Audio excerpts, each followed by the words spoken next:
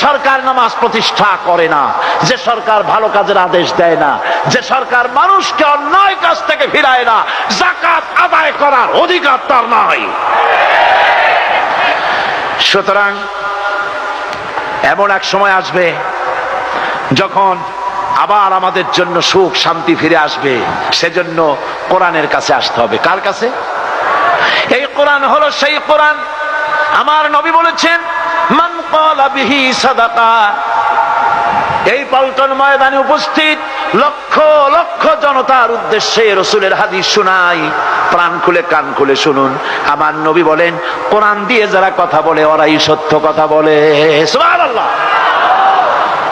আপনার নেতা বক্তৃতা করতে আসে, না আছে কোরআন, না আছে হাদিস, সব নিজেদের মন গড়া কথা, ঠিক কিনা?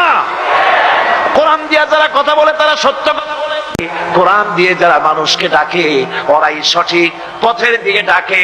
যেই ডাক শুরু হয় দুনিয়া থেকে, আর এর যাত্রা শেষ হয় জান্নাতুল ফেরদাউসে গিয়ে। আখরাজাহু তিরমিজি, তিরমিজি শরীফের হাদিস এটি।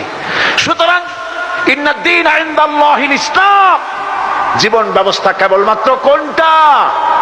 জোরে বলেন, কোনটা? এই ইসলামের আইনের সামনে মাথা নত করে দিতে হবে।